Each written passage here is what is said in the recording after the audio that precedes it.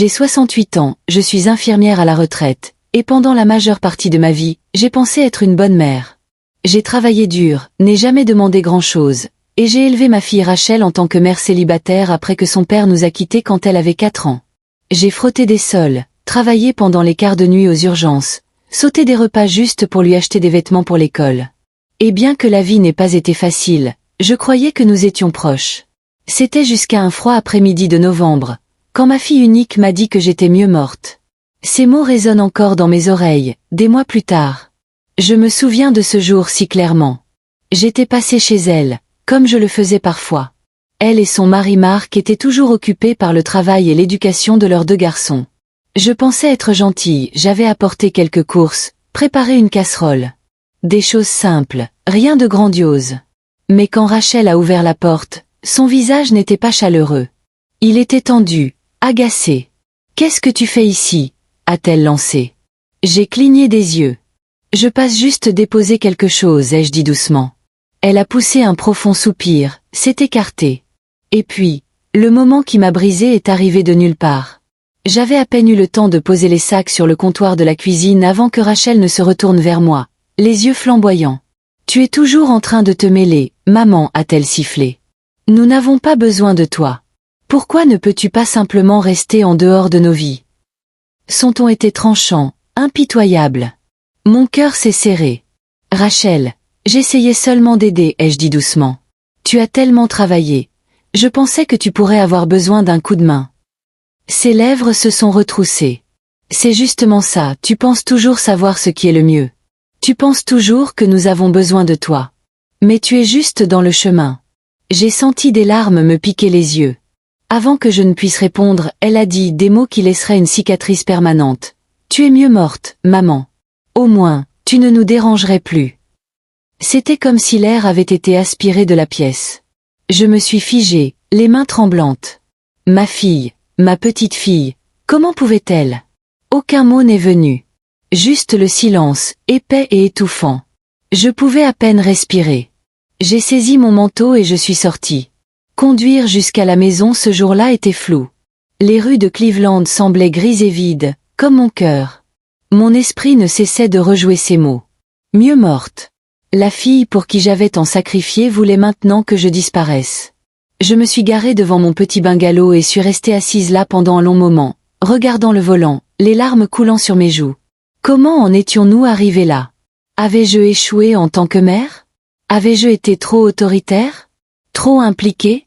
Je pensais à tous les anniversaires, aux genoux écorchés, aux nuits blanches à son chevet quand elle était malade. Ces souvenirs ne signifiaient-ils plus rien pour elle maintenant? Je suis entrée dans ma maison calme, froide, vide.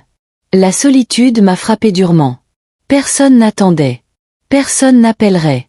J'ai fait bouillir du thé, me suis assise à la table de la cuisine, et j'ai pleuré.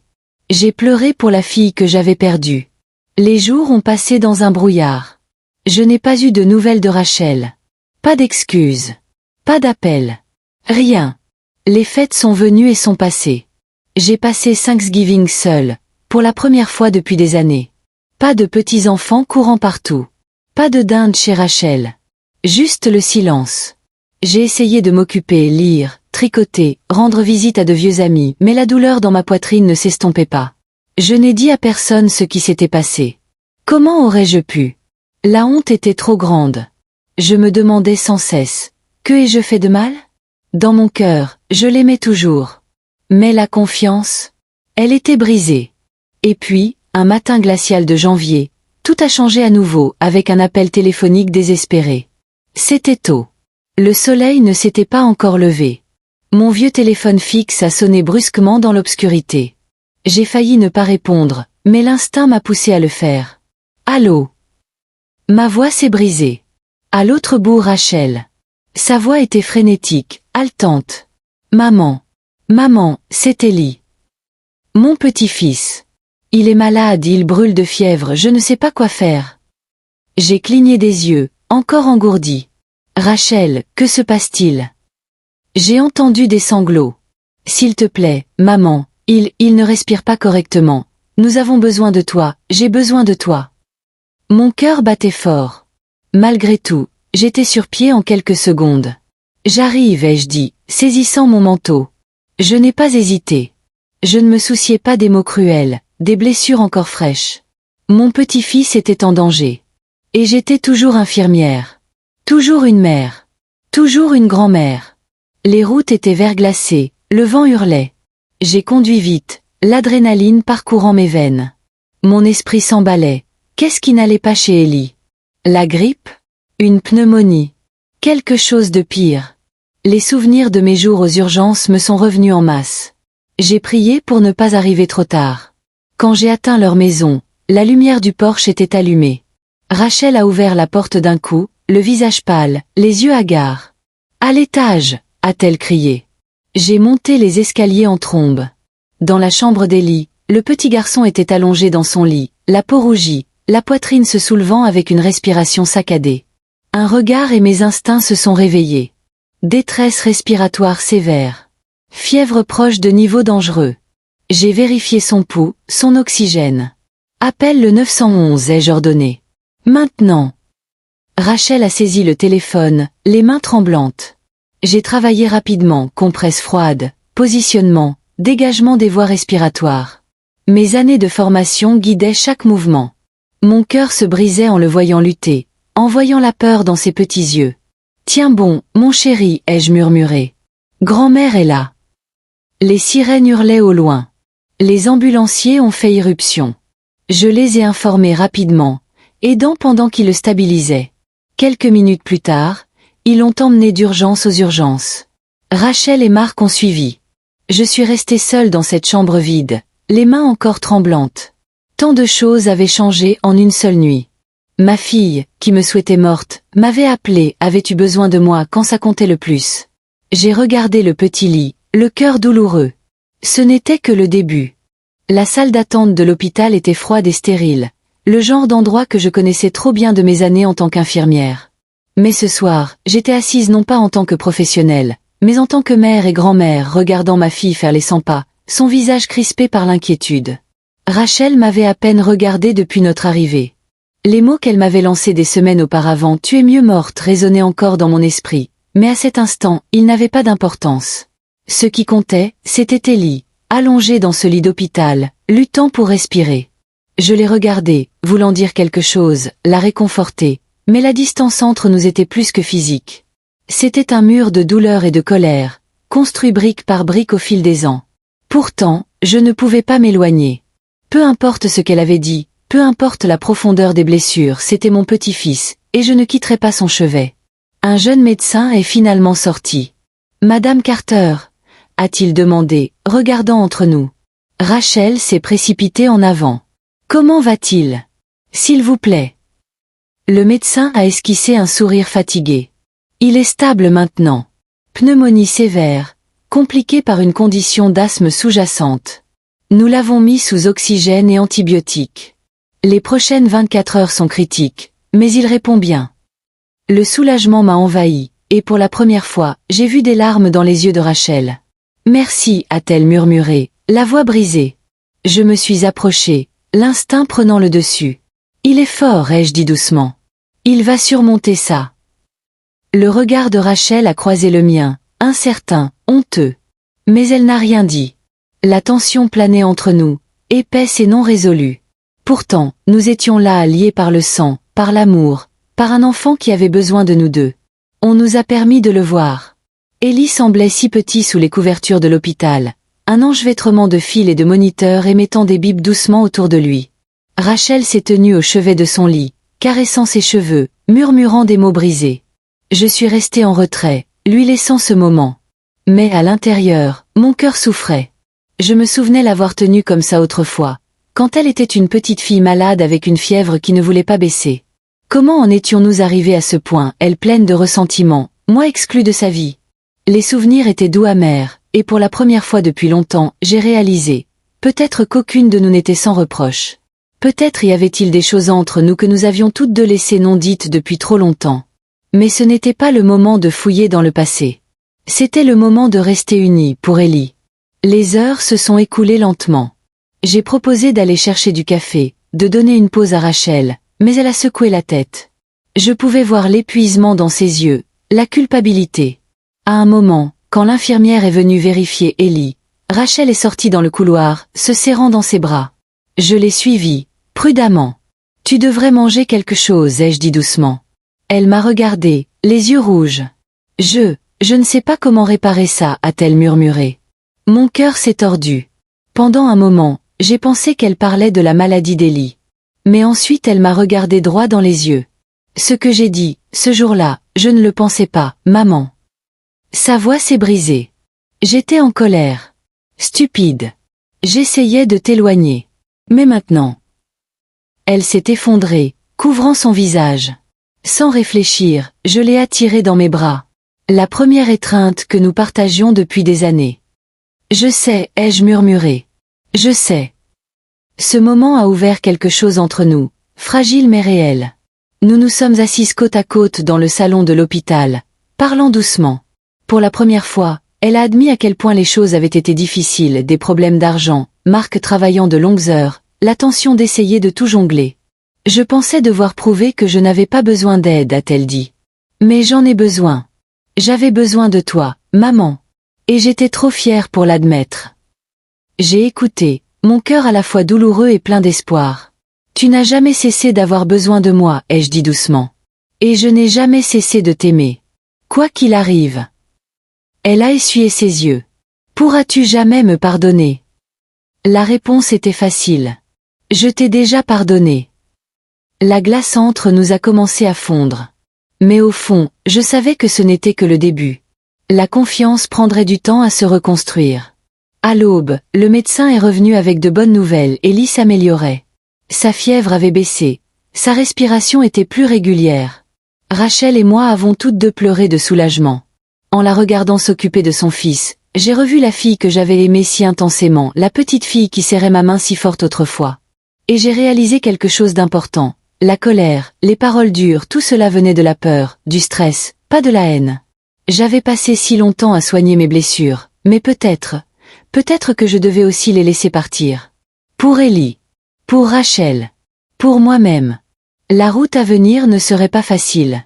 Il y avait encore des choses entre nous à affronter. Mais pour l'instant, nous étions là, ensemble. Et c'était un début. Plus tard, quand Ellie se reposait et que la chambre est devenue calme, Rachel a pris ma main. « Reste » a-t-elle murmuré. « S'il te plaît. J'ai besoin de toi. » Ces mots m'ont brisé à nouveau. Mais cette fois, de la meilleure façon. J'ai serré sa main. « Je ne vais nulle part, ai-je promis. » Et je le pensais. Le passé ne pouvait pas être changé. Mais l'avenir, notre avenir, restait à écrire. Et assise là, dans cette chambre d'hôpital, je savais, on nous avait donné une seconde chance. Et je ferais tout ce qui était en mon pouvoir pour ne pas la gaspiller. Les jours suivants à l'hôpital semblaient à la fois flous et une bénédiction. L'état d'Ellie s'est lentement amélioré. Ses niveaux d'oxygène se sont stabilisés, et sa fièvre a finalement baissé. Le voir retrouver des forces à chaque heure était un poids en moins sur mon cœur. Rachel est restée à ses côtés à chaque instant, ses yeux assombris par la culpabilité et l'épuisement. Je gardais mes distances quand il le fallait, allant chercher du café, lui apportant des vêtements propres de la maison. Il n'était pas nécessaire de parler du passé maintenant, notre priorité était Ellie. Mais dans les petits gestes, ces remerciements silencieux, ces demandes de conseils sur les médicaments ou les soins, je pouvais sentir le mur entre nous commencer à se fissurer.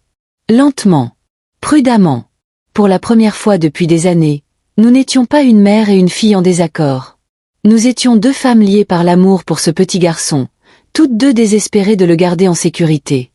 Un après-midi, pendant qu'Ellie faisait la sieste et que Rachel était sortie prendre l'air, Marc est arrivé. Son visage était pâle, marqué par le stress. Nous n'avions pas beaucoup parlé au fil des ans, il gardait toujours une certaine distance avec moi. Maintenant, pourtant, il m'a regardé droit dans les yeux. « Merci, Hélène » a-t-il dit doucement. « D'être venue. D'avoir aidé. » J'ai hoché la tête. « Bien sûr. C'est mon petit-fils. » Il y a eu une pause gênante avant qu'il ne parle à nouveau, la voix tendue. Rachel m'a dit, ce qu'elle t'a dit. À propos de « être mieux morte ». Les mots me faisaient encore mal, mais j'ai gardé un visage calme. Ça n'a plus d'importance maintenant, ai-je répondu. Mais Marc a secoué la tête. Si. Elle le regrette. Elle porte cette culpabilité depuis des semaines. Il a passé une main dans ses cheveux. Nous avons tous les deux été trop fiers, trop têtus, et ça nous a presque tout coûté. Son honnêteté m'a surprise. J'ai vu les fissures dans son armure, l'inquiétude d'un père terrifié à l'idée de perdre son enfant. Et à ce moment, j'ai réalisé, nous avions tous été têtus. Moi y compris. Le lendemain matin, alors qu'Ellie commençait enfin à s'asseoir et à demander du jus, Rachel s'est assise à côté de moi dans le salon, ses mains serrées autour d'une tasse de café. La tension qui avait plané entre nous pendant si longtemps semblait plus légère maintenant.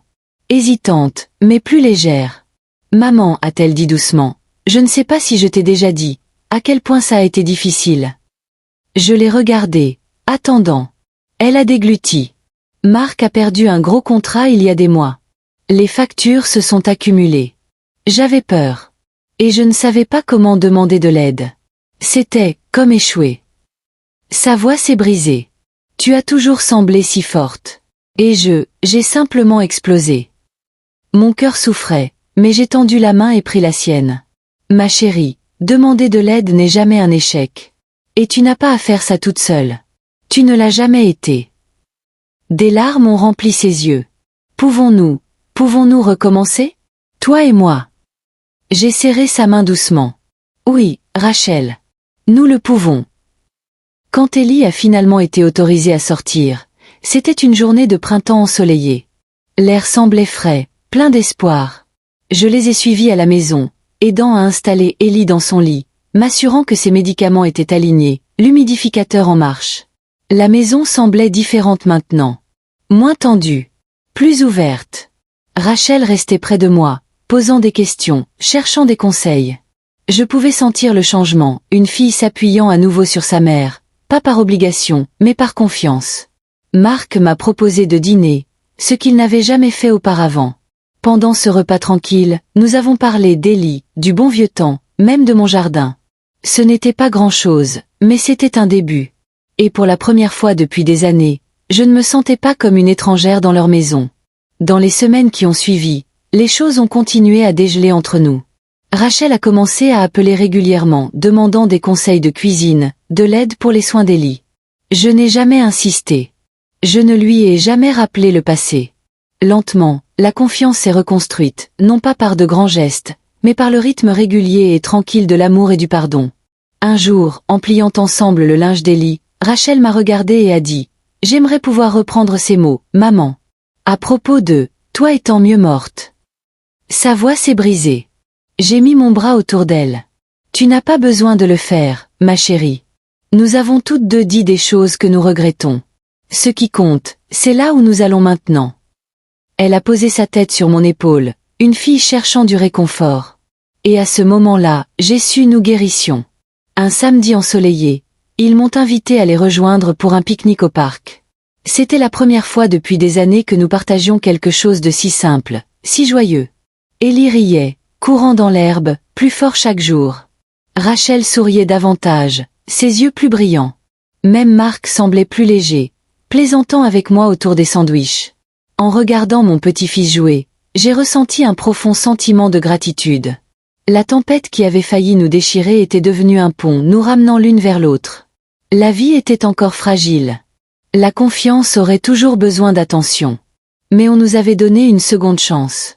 Et je ne la gaspillerai pas. Je me le suis promis.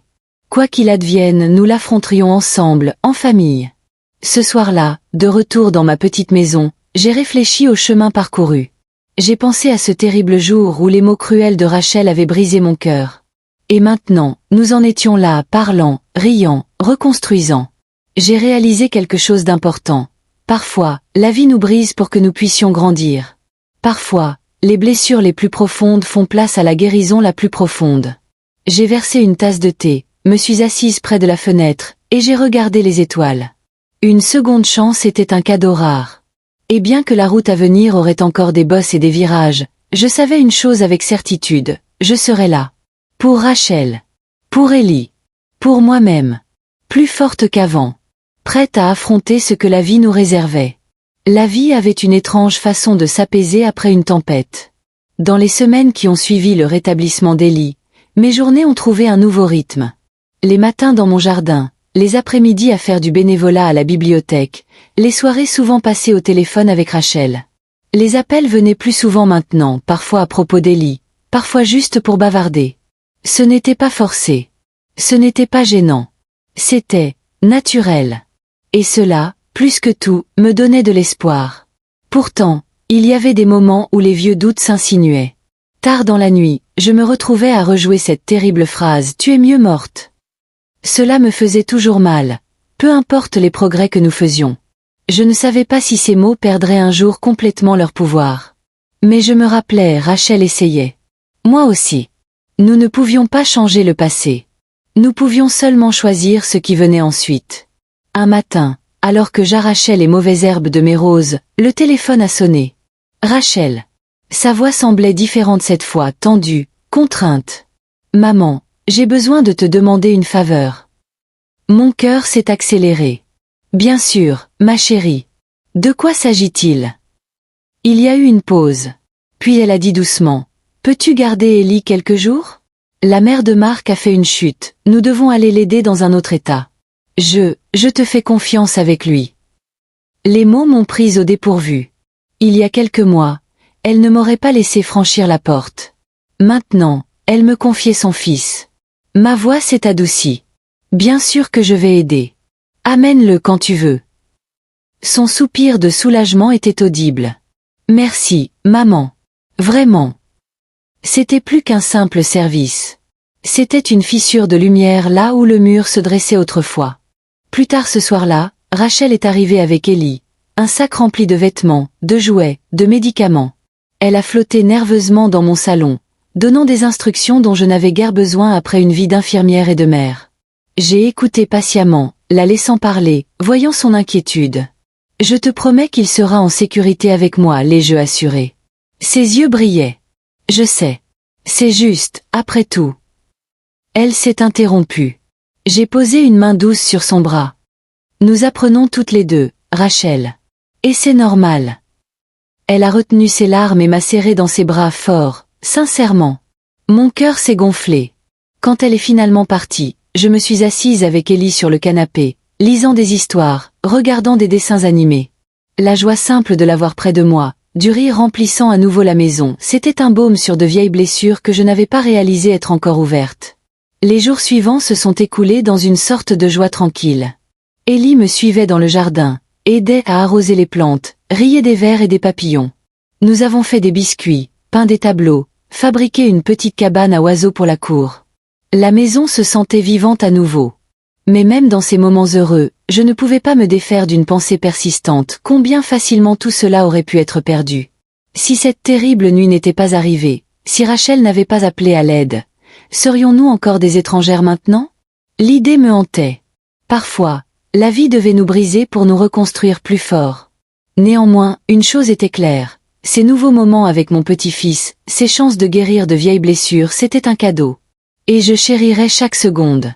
Le 4e soir, après qu'Ellie se soit endormie, mon téléphone a vibré. Un message de Rachel. « Merci, maman. Je n'aurais pas pu faire ça sans toi. Je t'aime. » Les larmes me piquaient les yeux. Il n'y a pas si longtemps, ces mots auraient semblé impossibles. J'ai soigneusement répondu. « Je t'aime aussi, Rachel. Toujours. » Le poids dans ma poitrine s'est allégé. Ce n'était pas encore une guérison complète. Pas encore. Mais l'amour était comme ça, désordonné, lent, un travail en cours. Le fait que nous essayions même en disait long. J'ai posé mon téléphone et marché silencieusement dans la chambre d'Ellie, le regardant dormir. Sa petite poitrine montait et descendait, si paisible. Et à ce moment-là, j'ai fait un autre vœu silencieux, je serai là. Pour lui. Pour Rachel. Pour tout ce que la vie apporterait ensuite. Quand Rachel et Marc sont revenus, ils semblaient fatigués mais reconnaissants. Rachel m'a enveloppé dans une longue étreinte, sans besoin de mots. Marc m'a serré la main, rencontrant mon regard avec une réelle gratitude. Merci, Hélène. Pour tout. J'ai souri doucement. C'est un plaisir. N'importe quand. Alors qu'il rassemblait les affaires d'Ellie, Rachel m'a regardé. Je sais, ça prendra du temps, maman. Pour nous. Mais, je veux y arriver. Sa voix était sincère. Mon cœur s'est gonflé. Moi aussi, ai-je dit. Et je le pensais. Nous nous tenions dans cette entrée, 2 femmes, 2 générations, marquée par la vie mais déterminée à aller de l'avant. Ce n'était pas facile. Ce ne serait pas rapide. Mais pour la première fois depuis longtemps, cela semblait possible. Et c'était plus que suffisant.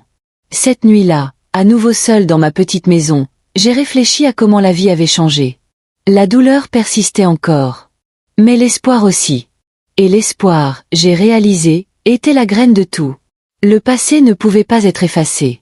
Mais l'amour, quand il est entretenu avec soin, pouvait pousser même dans le sol le plus pierreux. J'ai versé une tasse de thé, me suis blottie dans mon fauteuil préféré, et j'ai souri doucement pour moi-même. L'histoire n'était pas terminée. Notre guérison n'était pas complète. Mais les pages à venir étaient vierges, attendant d'être écrites. Et pour une fois, je n'avais pas peur de ce qui allait suivre. Les jours se sont transformés en semaines, et la vie a trouvé un rythme plus doux. Rachel appelait plus souvent maintenant, parfois juste pour partager de petites choses, une nouvelle recette qu'elle avait essayée, une histoire drôle sur Ellie, même un moment frustrant avec Marc. Ces simples échanges signifiaient plus pour moi que je ne pouvais l'exprimer. Pendant si longtemps, son silence avait été un mur entre nous. Maintenant, chaque appel téléphonique, chaque visite, abattait ce mur. Je ne la pressais pas. Je savais que reconstruire la confiance n'était pas une course. C'était une marche lente, un pas à la fois. Et pour la première fois depuis des années, je nous sentais la parcourir ensemble. Certains jours, l'ancienne douleur chuchotait au fond de mon esprit, mais je me rappelais, le passé était derrière nous. L'avenir était là où mon cœur devait vivre maintenant. Un jeudi après-midi pluvieux, Rachel m'a surprise par une visite. Sans appeler à l'avance, elle est simplement apparue sur mon porche avec Ellie emmitouflée dans son imperméable, les joues rougies par le froid. « On a pensé passer », a-t-elle dit, un peu timidement. Mon cœur s'est gonflé à leur vue. « Vous êtes toujours les bienvenus », ai-je répondu chaleureusement, les faisant entrer. Nous avons passé l'après-midi à faire des muffins, à raconter des histoires. Le rire qui remplissait la cuisine était un baume dont je ne savais pas avoir besoin. En regardant Rachel avec Ellie, voyant l'amour et l'attention qu'elle lui prodiguait, j'ai ressenti une douleur douce amère. Elle était une bonne mère. Meilleure qu'elle ne se donnait crédit. Et peut-être, j'avais été trop dure avec elle dans le passé. Peut-être avions-nous toutes les deux besoin de grandir. Alors que la pluie tombait dehors, Rachel et moi étions assises à table pendant qu'Ellie faisait la sieste sur le canapé. Pendant un long moment, aucune de nous n'a parlé. Puis elle a soupiré, sa voix basse. « Maman, il y a quelque chose que je devrais te dire. Quelque chose que j'ai peur de dire. » Mon souffle s'est coupé, mais je suis restée silencieuse, attendant. Elle a baissé les yeux, ses doigts traçant le bord de sa tasse. Les choses avec Marc n'ont pas été faciles. Depuis un moment maintenant. Sa voix tremblait. Nous nous disputons beaucoup. L'argent, le stress, tout. Et, parfois je me demande si nous allons y arriver. La confession planait dans l'air, brute et vulnérable. J'ai tendu la main à travers la table, prenant doucement la sienne. Quoi qu'il arrive, Rachel, tu n'es pas seule. Je suis là. Toujours. Ses yeux se sont remplis de larmes. Je suis désolée d'avoir mis si longtemps à voir ça. Dans les semaines qui ont suivi, Rachel s'est ouverte davantage. Elle m'a confié les difficultés qu'elle et Marc affrontaient, des paiements d'hypothèque manqués, les longues heures de Marc et son tempérament grandissant, son propre épuisement à essayer de tout maintenir ensemble. J'ai écouté, offert du soutien, mais jamais de jugement. Elle n'en avait pas besoin. Ce dont elle avait besoin, c'était de l'amour d'une mère. Tranquillement, j'ai commencé à aider où je pouvais, apportant des repas, faisant des courses, gardant Ellie pour que Rachel puisse se reposer ou faire des courses. Ce n'était pas grand-chose, mais c'était important. Et lentement, j'ai vu le poids se soulever de ses épaules. Un soir, après avoir bordé Ellie, Rachel m'a serré fort dans ses bras. « Je ne sais pas ce que je ferais sans toi, maman. » Mon cœur s'est gonflé. Ce n'était pas seulement de la guérison. C'était de l'espoir. Mais la vie a une façon de nous tester quand nous nous y attendons le moins. Un matin frais d'automne, le téléphone a sonné tôt. La voix de Rachel était tendue de panique. « Maman, c'est Marc. Il est parti. La nuit dernière. Il a pris quelques affaires et est parti. Je ne sais pas où il est allé. » Mon estomac s'est noué. « Tu es en sécurité ? Ellie est en sécurité. »« Oui, a-t-elle murmuré.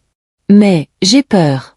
Je ne sais pas quoi faire. » J'étais déjà en train de prendre mon manteau. « J'arrive. » Le temps que j'atteigne sa maison, Rachel semblait pâle et secouée, des cernes sous les yeux. Ellie s'accrochait à sa jambe, confus et effrayé. Je les ai tous deux pris dans mes bras. Nous allons traverser ça, ai-je promis. Ensemble. Les jours qui ont suivi ont été un tourbillon, appel aux avocats, tentative de retrouver Mark, gestion de factures qui semblait maintenant impossible à payer avec le seul revenu de Rachel. À travers tout cela, je suis restée à ses côtés. Certains soirs, elle s'effondrait dans mes bras, le poids de tout cela s'abattant sur elle. Je me sens tellement en échec, a-t-elle sangloté un soir. Comme si j'avais tout ruiné. Je l'ai tenue près de moi, ma voix ferme mais douce. Tu n'es pas un échec. Tu es forte. Et tu n'es pas seule. Les mots semblaient s'enraciner dans son cœur, la stabilisant. Et dans ces moments sombres, j'ai réalisé quelque chose de profond. Parfois l'amour n'est pas fait de grands gestes. Il s'agit de se tenir dans la tempête avec quelqu'un quand il en a le plus besoin. Au fil des semaines devenues des mois, Rachel est devenue plus forte. Elle a trouvé un emploi à temps partiel, a commencé à organiser ses finances, s'est appuyée davantage sur moi non pas par désespoir, mais par confiance. Et à chaque pas en avant, notre lien s'est approfondi. Les cicatrices du passé demeuraient, mais elles ne nous définissaient plus. Un soir, alors que nous étions assises sur son porche regardant le coucher du soleil, Rachel s'est tournée vers moi. Tu sais, maman, sans toi, sans cette nuit avec Ellie, je ne sais pas où nous serions maintenant. Sa voix tremblait d'émotion. J'ai pris sa main. Cette nuit a sauvé plus qu'Ellie, ma chérie. Elle nous a sauvés aussi. Et dans ce moment tranquille, sous la lumière déclinante, j'ai su notre histoire n'était plus une histoire de douleur. C'était une histoire de guérison. D'espoir. D'amour qui persiste. Les feuilles étaient tombées au moment où Rachel commençait à s'installer dans sa nouvelle routine. Je pouvais voir le changement en elle. Il y avait toujours de la tristesse, bien sûr, et la douleur de ce qu'elle avait perdu, mais sous tout cela se trouvait une force tranquille. Elle trouvait ses marques en tant que mère célibataire, équilibrant travail, factures et soins d'Ellie. Et à travers tout cela, elle me laissait faire partie de sa vie à nouveau. Pas seulement comme une aide, mais comme sa mère. Nous parlions presque tous les jours. Certains appels étaient pratiques, rendez-vous chez le médecin, nouvelles de l'école. D'autres étaient plus doux, plus chaleureux, des souvenirs, des moments de rire. Je les chérissais tous. Il y avait eu un temps où je me demandais si nous nous parlerions à nouveau. Maintenant, le son de sa voix au téléphone semblait un cadeau. Nous construisions quelque chose de nouveau. Quelque chose de réel. Un samedi, alors que je pliais du linge, Rachel a appelé de façon inattendue. Sa voix semblait tendue. « Maman, peux-tu venir ? J'ai besoin de parler. » Mon cœur s'est accéléré.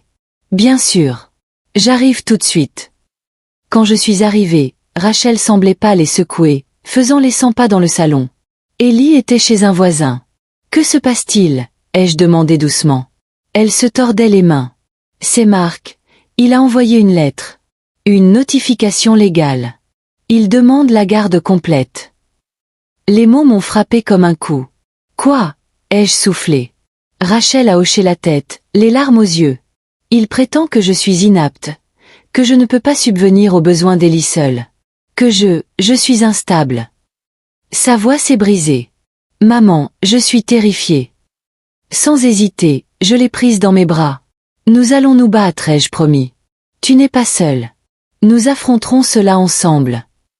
Cette nuit-là, après que Rachel se soit endormie sur le canapé d'épuisement, je me suis assise à la table de la cuisine, le cœur battant. L'idée de perdre Ellie, que Rachel le perde, était insupportable. Je savais ce que Mark faisait. Il ne s'agissait pas d'amour pour son fils.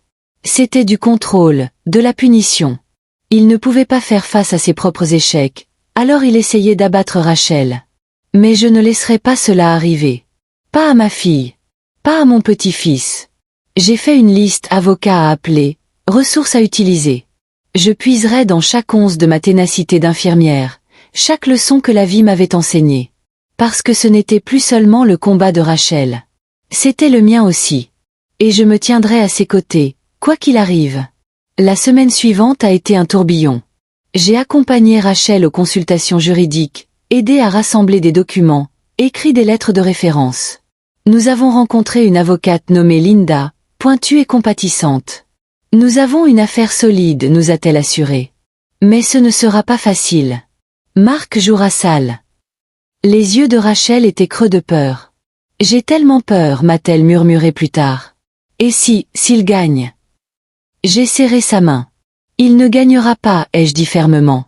Tu es une bonne mère. Et je serai là à chaque étape. Il n'y avait pas de place pour le doute maintenant. Nous étions dans ce combat, cœur et âme. Et je ferai tout ce qu'il faudrait pour protéger la famille que j'aimais. Les dates d'audience ont été fixées. Le stress pesait lourdement sur Rachel, nuit sans sommeil, inquiétude constante. Je restais proche, aidant avec Ellie, faisant fonctionner la maison. Certains jours, le poids de tout cela semblait trop lourd, mais Rachel continuait. J'admirais sa force. Tu es plus courageuse que tu ne le penses, lui ai-je dit un soir. Elle m'a regardé, les yeux brillants. Je le tiens de toi, maman. Ces mots m'ont prise au dépourvu. Après tout, les années de distance, les blessures entre nous, entendre cela d'elle signifiait plus que je ne pouvais le dire. Nous nous sommes serrés fort, une mère et une fille qui s'étaient retrouvées à travers la douleur, à travers l'amour, à travers le combat pour ce qui comptait le plus. À l'approche de la première audience, la tension était palpable. Nous étions assises côte à côte dans la salle d'attente, mains jointes. J'ai murmuré doucement. Peu importe ce qui se passe là-dedans, je suis fière de toi. Rachel a retenu ses larmes. Je ne serais pas arrivée aussi loin sans toi. L'audience elle-même a été éprouvante, l'avocat de Marc a lancé des accusations, dépeint des images laides. Mais Rachel est restée forte, sa voix stable, son amour pour Ellie transparaissant. J'ai regardé depuis la galerie, le cœur douloureux de fierté. Elle n'était pas la fille effrayée d'il y a quelques mois. Elle était une mère se battant pour son enfant, pour sa vie. Et quand le juge a finalement appelé à une suspension, je l'ai prise dans mes bras. Tu as été incroyable, ai-je murmuré. Et elle l'avait été. À l'extérieur du tribunal, Rachel m'a regardé. J'ai peur, maman. Ce n'est pas fini. J'ai hoché la tête. Je sais. Mais nous continuerons à nous battre. Ensemble. Ce mot ensemble signifiait tout maintenant. La route devant nous était encore incertaine. La bataille loin d'être gagnée. Mais nous avions quelque chose de plus fort que la peur. Nous avions l'une l'autre. Et quoi qu'il arrive ensuite, je savais une chose avec une certitude inébranlable. Je soutiendrai ma fille et mon petit-fils avec chaque souffle dans mon corps. Parce que l'amour vrai, féroce, n'abandonne jamais. Et le nôtre ne faisait que commencer. L'hiver était arrivé tôt cette année-là. Une fine croûte de neige bordant les rues et les toits. L'air froid reflétait la tension qui planait sur la maison de Rachel alors que nous nous préparions pour la prochaine audience. Marc avait déposé plus de réclamations, amenant des témoins d'anciens collègues, des voisins, tous ceux qui pouvaient présenter Rachel comme incapable. Les mensonges étaient cruels, et le stress pesait lourdement sur elle. Pourtant, je voyais une détermination chez ma fille qui n'était pas là auparavant. Elle se battait pour son fils. Pour sa vie. Et cette fois, elle n'était pas seule.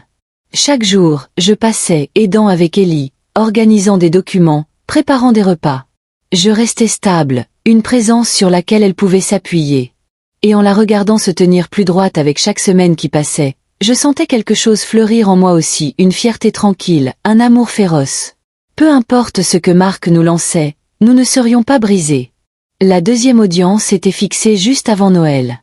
Les couloirs du tribunal étaient animés par l'agitation des fêtes, des décorations accrochées maladroitement à côté d'austères avis juridiques. Rachel et moi étions assises dans la salle d'attente, sa main froide dans la mienne. « Je déteste que cela se produise maintenant », a-t-elle murmuré. « C'est censé être la période préférée d'Ellie de l'année. » J'ai serré sa main. « Nous lui donnerons le meilleur Noël qui soit. Quoi qu'il arrive. » Elle a réussi un faible sourire. L'audience elle-même a été brutale, l'avocat de Marc a insisté fortement, déformant les faits, dépeignant Rachel comme instable. Mais Linda, notre avocate, était tout aussi féroce. Et Rachel, ma fille a tenu bon. Elle a parlé avec honnêteté, avec amour pour son fils. En la regardant à la barre, je pouvais à peine croire que c'était la même femme qui m'avait autrefois repoussée. Elle était forte maintenant. Inébranlable. Après l'audience, nous étions assises dans la voiture, la neige tourbillonnant autour de nous.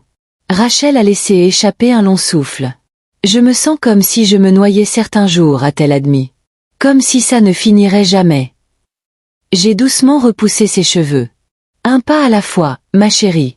Tu fais tout ce que tu peux. Et peu importe à quel point c'est difficile, tu n'es pas seule. » Ses yeux se sont remplis. Je pensais autrefois que je n'avais besoin de personne. Qu'être forte signifiait le faire seule. J'ai souri doucement. Être forte signifie savoir quand s'appuyer sur ceux qui t'aiment. La vérité de ces mots semblait s'installer dans son cœur. Elle m'a serré fort, murmurant « Je t'aime, maman. Merci de ne pas avoir renoncé à moi. » Les larmes ont brouillé ma vision. Je ne le ferai jamais, ai-je promis. Noël est arrivé, froid et lumineux. Rachel était épuisée mais déterminée à rendre la fête spéciale pour Ellie. J'ai proposé d'aider à décorer, à cuisiner, à emballer les cadeaux. Ensemble, nous avons transformé sa petite maison en un havre chaleureux et lumineux. Voir les yeux d'Ellie s'illuminer devant l'arbre, entendre son rire remplir la pièce, cela guérissait plus que les mots ne pourraient jamais le faire. Ce matin de Noël, alors que nous étions assis ensemble avec du chocolat chaud à la main, Rachel a posé sa tête sur mon épaule. Ça semble juste, a-t-elle dit doucement. Comme une famille à nouveau. Mon cœur s'est gonflé. C'est parce que c'en est une, chérie. Malgré les batailles judiciaires, malgré l'amertume de Marc, nous avions récupéré quelque chose d'inestimable. Et personne ne pourrait nous l'enlever. En janvier, un nouveau coup est tombé, l'avocat de Marc a demandé une audience d'urgence, affirmant qu'Ellie n'était pas en sécurité. C'était sans fondement, mais terrifiant. Rachel s'est effondrée en lisant l'avis. Combien peut-il en faire encore, maman, a-t-elle sangloté. Je l'ai tenu près de moi. Il essaie de t'user. Mais tu es plus forte que ça. Nous sommes plus fortes. Les jours suivants ont été un tourbillon, préparation de preuves, rassemblement de soutien. J'ai appelé de vieux amis de mes jours d'infirmière, des membres de la communauté qui connaissaient le cœur de Rachel. Nous avons construit un mur de vérité autour d'elle. Et alors que nous nous tenions à nouveau devant le tribunal, j'ai regardé ma fille affronter les mensonges de Marc avec une dignité tranquille et féroce. Le juge l'a vu aussi. La motion d'urgence a été rejetée. Le soulagement nous a submergés, mais nous savions que la guerre n'était pas terminée. Un soir clair après l'audience, Rachel et moi étions assises dans ma cuisine. Elle remuait distraitement son thé. « Tu sais, maman, je pense encore à ce jour. Quand j'ai dit « ces mots terribles ». Sa voix tremblait. Je ne sais pas si je me pardonnerai un jour. J'ai tendu les mains à travers la table, prenant les siennes. Ce qui compte, c'est qui nous sommes maintenant. Tu m'as montré plus d'amour, plus de force que jamais. C'est ce qui compte. Des larmes coulaient sur ses joues. Tu m'as sauvée. Tu nous as sauvés. J'ai serré ses mains. Non, ma chérie. Tu t'es sauvée toi-même. Je me suis simplement tenue à tes côtés. Et à ce moment, entouré de chaleur et d'amour, je savais que nous avions parcouru un long chemin. Il y avait encore plus à combattre. Mais ensemble, nous pouvions affronter n'importe quoi. Alors que l'hiver s'approfondissait, la bataille pour la garde continuait. Mais aussi le courage de Rachel. Aussi notre lien. Nous avions été testés d'une manière que je n'aurais jamais imaginée. Et pourtant, nous étions là. Debout. Ensemble. Je regardais ma fille, cette mère féroce et aimante, et mon cœur se remplissait de fierté. Quelles que soient les tempêtes qui nous attendaient encore, une vérité brillait clairement. L'amour nous avait ramenés du bord du gouffre.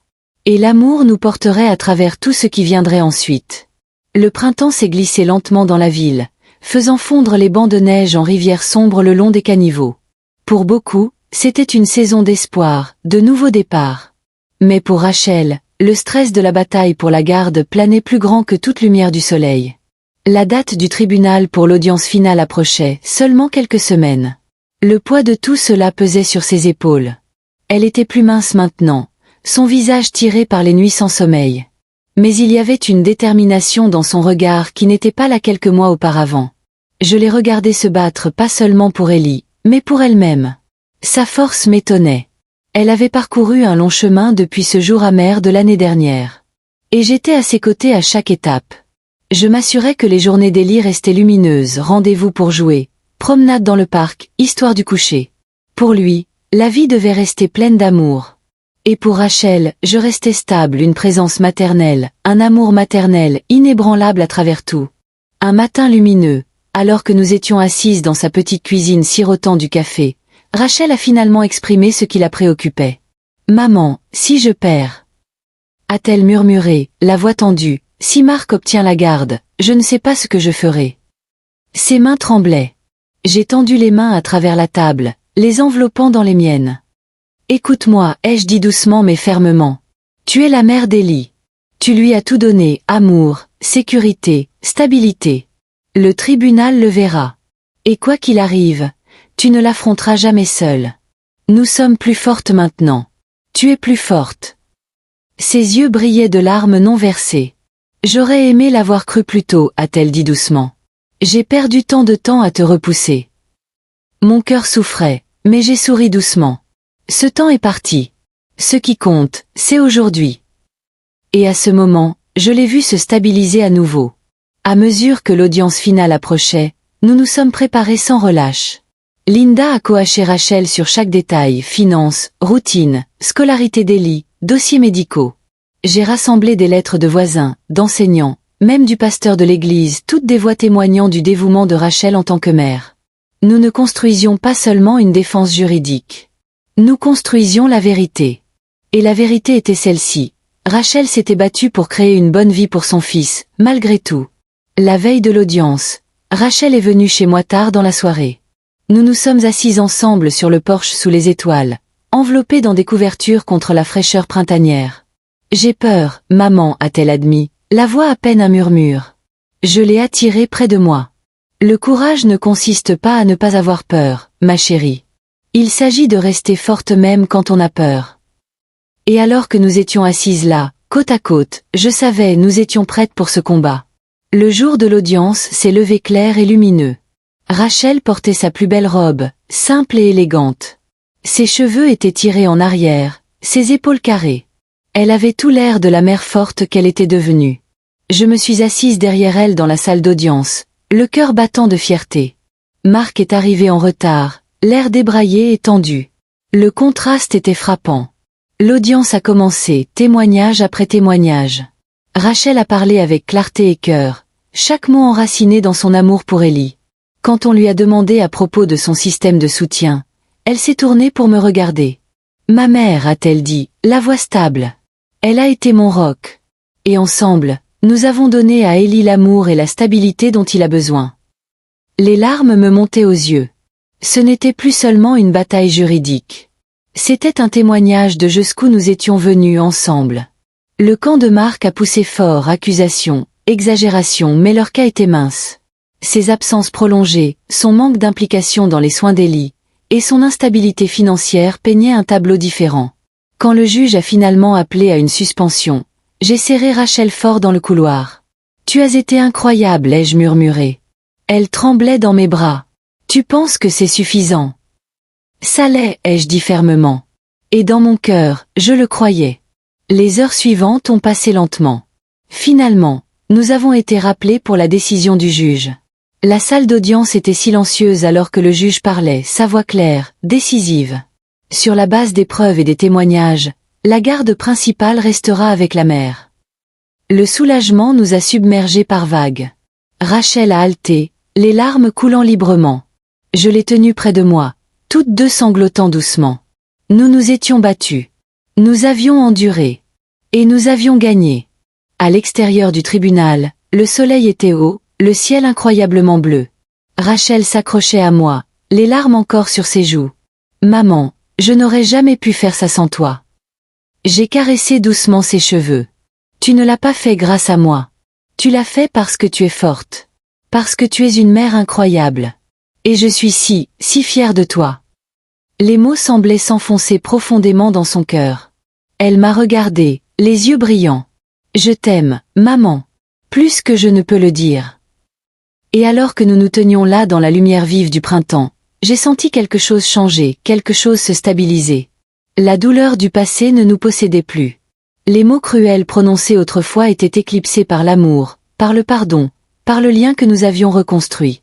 Ce n'était pas seulement une fin. C'était un commencement. Ce soir-là, de retour à sa maison, nous avons célébré avec de la pizza et des rires. Ellie rayonnait, inconscient de la bataille qui avait fait rage pour lui. La joie dans son rire, la chaleur dans cette petite maison, c'était tout ce que j'avais désiré. Rachel m'a enveloppée dans une étreinte longue et féroce. « Tu nous as sauvés, maman. Tu l'as vraiment fait. » J'ai souri à travers mes larmes. « Non, ma chérie. Tu t'es sauvé toi-même. Tu nous as tous sauvés. Et dans ce moment tranquille, entouré d'amour, je connaissais cette vérité. La vie nous avait testés. Elle nous avait brisés. Mais à la fin, l'amour avait prévalu. Et ensemble, nous avions écrit un nouveau chapitre rempli d'espoir, de guérison, et du lien indestructible d'une mère et d'une fille qui avaient retrouvé leur chemin l'une vers l'autre. Les semaines après l'audience de garde sont passées dans une brume de soulagement et de nouvelles routines. La bataille était terminée. Rachel avait la garde complète, et Marc, maintenant obligé par le tribunal d'assister à des visites supervisées, avait perdu beaucoup de son contrôle. Il n'y avait aucune joie à voir quelqu'un sombrer, mais il y avait de la justice à savoir que la vérité avait été vue. Pour Rachel, la vie trouvait lentement un nouvel équilibre. Elle s'est plongée dans son travail avec une nouvelle détermination, a maintenu la maison en bon état, et surtout, a déversé de l'amour dans la vie d'Ellie. La regardant maintenant, plus forte, plus centrée, je ressentais une fierté au-delà des mots. Nous parlions presque quotidiennement, parfois de questions pratiques, d'autres fois juste pour partager des joies simples. L'amertume du passé s'estompait. Nous construisions quelque chose de meilleur, de plus fort. Et bien que les vieilles blessures ne disparaissent pas du jour au lendemain, l'amour entre nous était plus profond maintenant, trempé dans les feux que nous avions affrontés ensemble. Un soir de fin avril, Rachel m'a invité à dîner. Ce n'était pas inhabituel, notre lien était redevenu étroit, mais quelque chose dans sa voix me disait que ce dîner était important. Quand je suis arrivée, la table était joliment dressée, Ellie déjà bordée dans son lit. Rachel semblait nerveuse, ses doigts s'agitant avec une serviette. Après avoir mangé, elle nous a versé à chacune un verre de thé et s'est assise en face de moi, les yeux grands ouverts d'émotion. « Maman, a-t-elle commencé doucement, il y a quelque chose que je dois te dire. Quelque chose que je dois te demander. » Mon cœur a fait un bond. « N'importe quoi, ma chérie, ai-je dit doucement. » Elle a dégluti difficilement. J'ai réfléchi à l'avenir. À tout ce que nous avons traversé. Et, eh bien, je veux m'assurer qu'Ellie t'aura toujours. Quoi qu'il arrive. Des larmes montaient dans ses yeux. Voudrais-tu, envisagerais-tu de devenir sa tutrice légale s'il m'arrivait quelque chose? Le poids de ces mots m'a coupé le souffle. Pendant un long moment, je n'ai pas pu parler. La pièce semblait épaisse d'émotion. Puis j'ai tendu les mains à travers la table et j'ai serré les siennes. Bien sûr, ai-je murmuré. Bien sûr que je le ferai. Je ferai n'importe quoi pour Ellie. Pour toi. Des larmes ont coulé sur les joues de Rachel. Après tout, j'ai réalisé à quel point j'ai besoin de toi. À quel point Ellie a besoin de toi. Je veux le rendre officiel. Je l'ai attiré dans une étreinte féroce. Rien ne m'honorerait plus, Rachel. À ce moment, le passé, ces terribles mots, les mois de silence semblaient à des années-lumière. Nous avions traversé tant de choses. Et nous étions là, mère et fille, plus fortes que jamais. C'était un moment que je porterai dans mon cœur pour toujours. Les semaines suivantes ont été remplies de paperasse, de rencontres avec des avocats pour rédiger les documents de tutelle. Linda a tout géré avec soin et grâce. À travers tout cela, Rachel et moi avons travaillé côte à côte, sans tension maintenant, sans ressentiment persistant. Juste un partenariat tranquille, construit sur l'amour et la confiance. Ellie est restée joyeusement ignorant des changements juridiques. Ses journées étaient remplies d'écoles, d'amis, de jeux. Mais pour Rachel et moi, chaque signature, chaque page notariée était un pas vers quelque chose de plus profond, un engagement l'une envers l'autre, envers notre famille, envers le lien pour lequel nous nous étions tant battus. Et en regardant Rachel s'épanouir dans ce nouveau chapitre de sa vie, j'ai ressenti une paix comme je n'en avais pas connue depuis des années. Nous avions affronté le pire. Et nous n'avions pas seulement survécu, nous avions prospéré. Un après-midi ensoleillé, après une dernière visite chez Linda, Rachel et moi avons emmené Ellie au parc. Le ciel était clair, l'air doux avec les fleurs du printemps. Ellie riait, courant dans l'herbe. Rachel le regardait avec un sourire, puis s'est tournée vers moi, sa voix douce. « Tu sais, maman, je pensais autrefois que demander de l'aide me rendait faible. Que avoir besoin de toi signifiait que j'échouais. » J'ai tendu la main, repoussant doucement ses cheveux. « Avoir besoin des autres n'est jamais une faiblesse, ma chérie. C'est une force. Et de l'amour. » Elle a hoché la tête, les yeux brillants. Je le vois maintenant. J'aurais seulement souhaité l'avoir vu plus tôt. J'ai souri doucement. Nous grandissons tous à notre propre rythme. Ce qui compte, c'est que nous soyons ici maintenant. Et alors que le soleil nous baignait de lumière, je savais que ces mots étaient vrais. Le passé était derrière nous. L'avenir était à nous de façonner.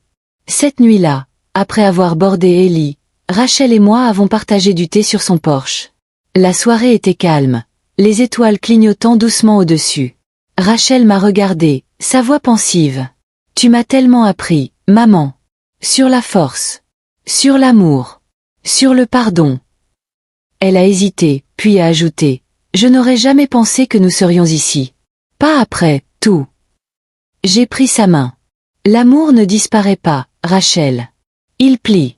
Il se brise. Mais si nous le choisissons, si nous nous battons pour lui, il peut guérir. Des larmes brillaient dans ses yeux. Merci. De m'avoir choisi. De t'être battu pour nous. J'ai serré sa main. Toujours.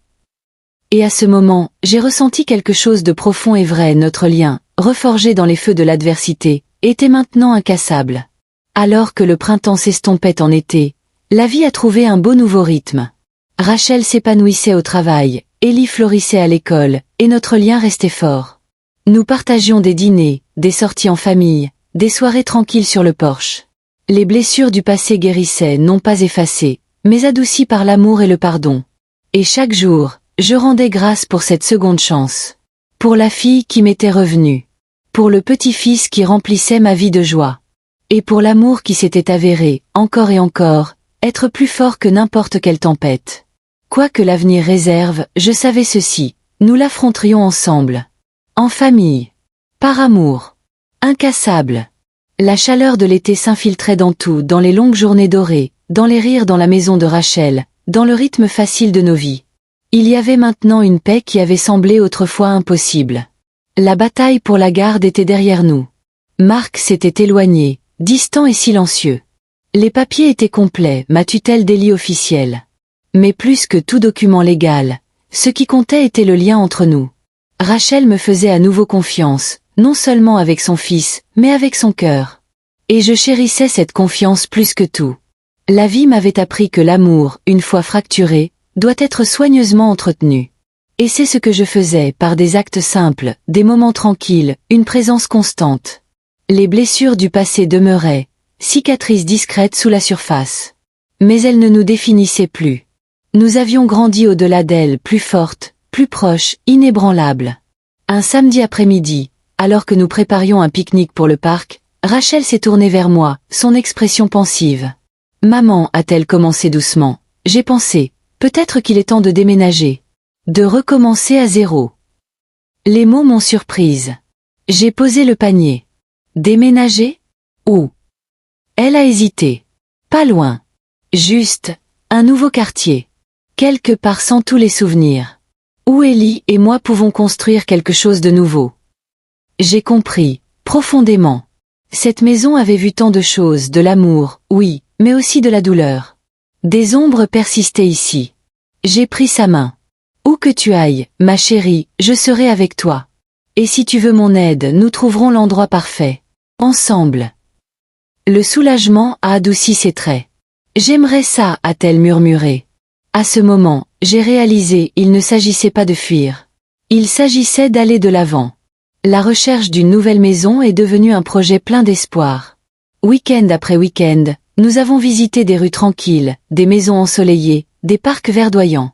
Ellie se délectait de choisir ses pièces préférées, son rire illuminant chaque visite. Rachel et moi avons étudié les annonces tard dans la nuit, tasse de thé à la main. À travers tout cela, notre lien s'est encore approfondi, pas à cause d'une crise cette fois, mais à cause d'une joie partagée. Quand nous avons finalement trouvé le bon endroit, une maison confortable près d'une bonne école avec un grand jardin, les yeux de Rachel se sont remplis de larmes heureuses. « C'est ça, a-t-elle dit doucement. Notre nouveau départ. » Et à ce moment, j'ai su que nous avions bouclé la boucle. Nous n'étions pas la famille brisée d'il y a un an. Nous étions plus fortes. Entières. Prête à écrire un nouveau chapitre. Le déménagement a été un tourbillon, des boîtes empilées haut, des meubles déplacés, de vieux souvenirs rangés. J'étais là à chaque étape, épaule contre épaule avec Rachel. Nous avons ri devant de vieilles photos, partagé des larmes silencieuses sur des souvenirs oubliés. Et à travers tout cela, la joie d'Ellie était contagieuse, son enthousiasme pour sa nouvelle chambre, son nouveau jardin, sa nouvelle vie. La première nuit dans la nouvelle maison, Nous nous sommes assises sur le porche, fatiguées mais heureuses. Rachel m'a regardée. Maman, je n'aurais jamais imaginé que nous serions ici. Que nous aurions cela. Sa voix tremblait d'émotion. Il y a eu des moments où j'ai pensé que je t'avais perdu pour toujours. Je l'ai attiré près de moi. L'amour trouve son chemin, ma chérie. Toujours. Et alors que nous étions assises sous le ciel étoilé, j'ai ressenti la vérité de ces mots au plus profond de mon âme. La vie dans la nouvelle maison s'est rapidement installée dans une belle routine. Les matins remplis de rires et de petits déjeuners précipités, les après-midi d'école et de travail, les soirées de repas partagés et d'histoires du coucher. J'y passais plus de temps maintenant, aidant avec Ellie, gardant la maison en ordre, simplement étant présente. Et chaque jour, je voyais Rachel grandir dans sa force, sa joie, sa nouvelle vie. Les ombres du passé s'étaient estompées. À leur place, il y avait de la lumière, de l'espoir, de l'amour. Un après-midi tranquille, alors que nous jardinions dans l'arrière-cour, Rachel a levé les yeux du sol. Tu sais, maman, je pensais autrefois que l'amour concernait les grands moments, les grands gestes. Mais ce n'est pas ça. C'est ceci. Elle a fait un geste autour de nous. C'est être ici. Chaque jour. Les larmes me piquaient les yeux. Oui, ma chérie. C'est exactement ce qu'est l'amour. Alors que l'été s'approfondissait, notre famille se sentait à nouveau entière. Rachel s'épanouissait dans son travail, Ellie s'épanouissait à l'école, et mes journées étaient remplies de but et de joie. Le passé ne nous hantait plus. Il nous avait façonnés, oui, mais il ne nous définissait plus. Et dans cette vérité, il y avait de la liberté. Un soir, après un simple dîner sur le porche, Rachel a pris ma main. Maman, il y a autre chose à laquelle j'ai pensé. Je me suis tournée vers elle, curieuse. Je veux m'assurer qu'Ellie connaisse toujours cette histoire. Qu'il sache combien tu t'es battue pour nous. Pour lui. Je veux qu'il grandisse en sachant combien l'amour peut être fort. Les larmes me sont montées aux yeux. Cela signifierait le monde, ma chérie. Et dans cette promesse, j'ai vu l'héritage que nous construisions, un héritage d'amour, de résilience, de famille. Les jours sont devenus longs et lumineux. La maison résonnait de rire, de chaleur, de vie. Et en regardant ma fille et mon petit-fils s'épanouir, j'ai su avec certitude, l'amour nous avait ramenés du bord du gouffre. L'amour avait guéri ce qui semblait autrefois irréparable. Et quoi que la vie nous apporte ensuite, nous l'affronterions comme nous l'avions toujours fait ensemble. En famille. Par amour. Les derniers jours de l'été ont fondu dans la fraîcheur plus calme de septembre. La nouvelle maison de Rachel avait déjà commencé à sembler habitée, confortable et lumineuse, avec les dessins d'Ellie fièrement scotchés sur le frigo et le parfum léger de lavande persistant du jardin. Pour la première fois depuis des années, la vie semblait paisible. Il n'y avait pas d'avis du tribunal dans le courrier, pas d'appel téléphonique en larmes tard dans la nuit. Juste des matins avec du café, des après-midi remplis de courses et de rires, et des soirées passées à lire des histoires du coucher à un petit garçon dont le monde était à nouveau entier. Pourtant, sous ce calme, je sentais que Rachel portait quelque chose. Une nouvelle agitation. Une question dans son cœur. Je n'ai pas insisté. Le temps m'avait appris la patience, et quand elle serait prête, elle me le dirait. Jusque-là, je restais stable, sa mère, son amie, son encre silencieuse. Un soir, après qu'Ellie soit allée se coucher, nous étions assises sur son porche sous une douce lune des moissons. Rachel a enroulé ses mains autour de son thé et a regardé dans la nuit. « Maman, a-t-elle dit doucement, penses-tu que c'est égoïste de ma part de vouloir plus ?» J'ai incliné la tête. « Plus. » Elle a hoché la tête, la voix tendue. « Pas seulement survivre. Construire une vie. Au-delà de tout ça. Peut-être retourner à l'école. Rêver à nouveau. » Mon cœur s'est gonflé. « Ma chérie, ce n'est pas égoïste. C'est la vie. C'est la guérison. Et je pense que tu devrais absolument le faire. » Ses yeux brillaient de larmes. J'étais tellement perdue pendant si longtemps. J'ai oublié comment espérer. J'ai pris sa main. « Tu as déjà fait la partie la plus difficile, Rachel. Tu t'es retrouvée. Maintenant, il est temps de vivre. » Les jours qui ont suivi ont été remplis de planification tranquille. Rachel a recherché des programmes, équilibré des horaires, exploré des bourses. Ce ne serait pas facile, travailler, être parent, étudier, mais je voyais la lumière dans ses yeux grandir à chaque étape. Et j'étais là pour tout, gardant Ellie quand elle avait des cours du soir, aidant au repas, l'encourageant quand le doute s'insinuait.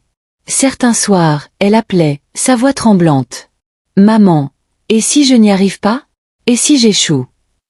Et chaque fois, je répondais de la même façon, « Tu n'échoueras pas. Parce que tu es plus forte que tu ne le penses.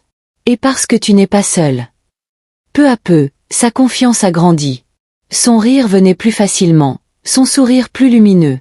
Et j'ai réalisé quelque chose d'important parfois, le meilleur type d'amour est simplement d'être présent. Chaque jour. Sans faute. Au milieu de ce nouveau chapitre, une lettre est arrivée, inattendue, non invitée. De Marc. Il voulait revoir la garde. Négocier plus de temps avec Ellie. Les mots étaient à peine voilés, dégoulinant de culpabilité et de manipulation. L'ancienne peur a brillé dans les yeux de Rachel quand elle l'a lu. « Je ne peux pas traverser ça à nouveau », a-t-elle murmuré, la voix tremblante. Je l'ai attiré près de moi. « Tu ne le feras pas. Pas seul. Et pas comme il le pense. » Nous avons appelé Linda, revu l'ordonnance. La loi était claire, rien n'avait changé. Pourtant, l'ombre de cette lettre persistait. Mais cette fois, Rachel se tenait plus droite. « Il n'a plus le droit de me contrôler », a-t-elle dit fermement. Et à ce moment, j'ai vu jusqu'où ma fille était allée. Elle n'était plus la femme effrayée d'il y a un an. Elle était féroce. Incassable. Alors que l'automne s'approfondissait, la vie avançait. Rachel a commencé ses cours, nuit tardive à l'ordinateur, manuel éparpillé sur la table. Et à travers tout cela, elle a équilibré la maternité avec grâce. Ellie s'épanouissait, son rire lumineux, son petit cœur sûr et plein. J'étais là pour eux deux, stable alors que les saisons changeaient, présente à travers chaque défi et joie. Et chaque jour, je rendais grâce pour cette seconde chance. Pour l'amour qui avait enduré tant de choses. Un soir, après une longue journée, Rachel m'a regardé et a souri doucement. « Tu sais, maman, il y a eu un temps où je pensais t'avoir perdu. Que tu étais partie de ma vie pour toujours. » Ma gorge s'est serrée. « Tu ne m'as jamais perdue, ma chérie. J'ai toujours été là. Juste à t'attendre pour que tu reviennes. » Et maintenant, elle était revenue. En novembre, les papiers de tutelle étaient entièrement mis à jour, étanches. L'influence de Marc s'estompait, ses lettres ignorées, ses menaces sans force. Rachel s'épanouissait, elle a réussi ses premiers examens, trouvé de nouveaux amis dans son programme. La maison était vivante de chaleur, remplie de l'odeur du pain qui cuit et du son du bavardage joyeux d'Ellie. Et je me suis retrouvée à sourire plus que je ne l'avais fait depuis des années. Le passé m'avait enseigné de dures leçons, mais il m'avait aussi donné ceci. Un lien avec ma fille plus profond que tout ce que nous avions connu auparavant. Un soir, alors que nous taillions le jardin avant l'hiver, Rachel s'est tournée vers moi. « Maman, merci. De m'avoir aimée quand je ne le méritais pas. De nous avoir sauvés. » Je l'ai enveloppée dans une étreinte. « Tu as toujours mérité l'amour, Rachel. Toujours. » Et ceci, c'était l'amour, dans sa forme la plus vraie. Alors que les premiers flocons de neige tombaient du ciel, j'ai regardé ma fille et mon petit-fils jouer sous la neige tombante. Leur rire résonnait dans l'air vif, pur et lumineux. Et debout là, emmitouflé dans mon manteau, le cœur plein, j'ai connu cette vérité. La vie nous avait testés, brisés, façonnés. Mais à la fin, l'amour avait gagné. L'amour avait guéri ce qui semblait autrefois au-delà de toute réparation. Et quoi que l'avenir réserve, joie, épreuve, changement, nous l'affronterions ensemble. En famille. Par amour. Toujours. L'hiver s'est installé profondément cette année-là, enveloppant tout dans un doux silence. La neige saupoudrait les toits et s'accumulait dans les coins des rues, étouffant le bruit du monde extérieur. À l'intérieur de la nouvelle maison de Rachel, la chaleur s'épanouissait, à la fois du bourdonnement régulier du chauffage et de quelque chose de plus profond, la paix pour laquelle nous nous étions tant battus. Les jours semblaient calmes maintenant. Stables. Ellie descendait les escaliers en courant chaque matin, les joues rougies d'excitation pour l'école. Rachel équilibrait travail, études et maternité avec une grâce qui ne cessait jamais de m'étonner. Et je restais toujours présente, une main stable, une oreille attentive, une grand-mère qui en était venue à chérir les moments simples et ordinaires plus que tout.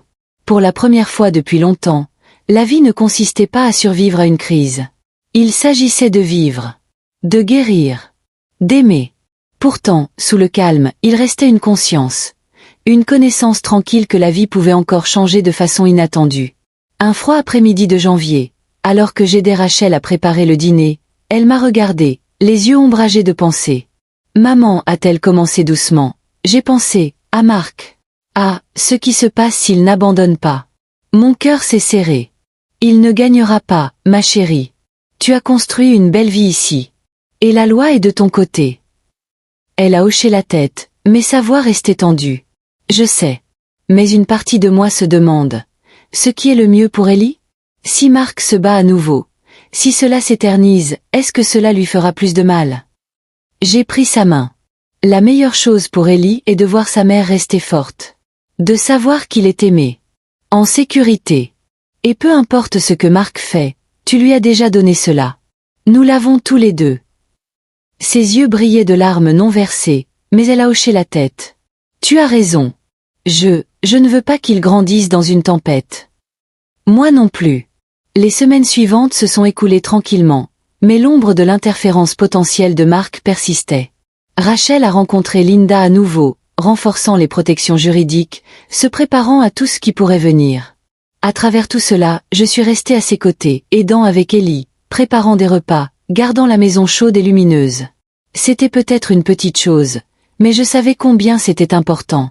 Une nuit neigeuse, après qu'Ellie soit allée se coucher, Rachel et moi étions assises ensemble sur le canapé, un film clignotant doucement en arrière-plan. Elle a posé sa tête contre mon épaule. « Je te suis si reconnaissante, maman, a-t-elle murmuré.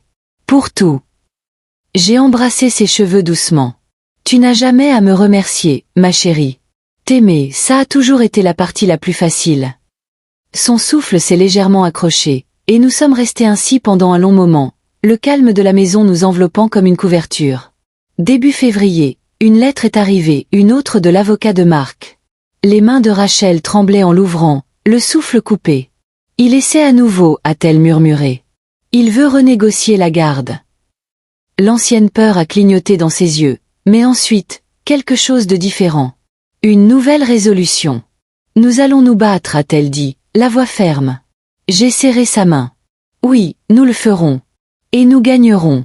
Encore. » Cette fois, je n'ai vu ni larmes, ni panique. Rachel était devenue plus forte. La femme qui doutait autrefois d'elle-même se tenait maintenant droite, féroce dans son amour pour son fils.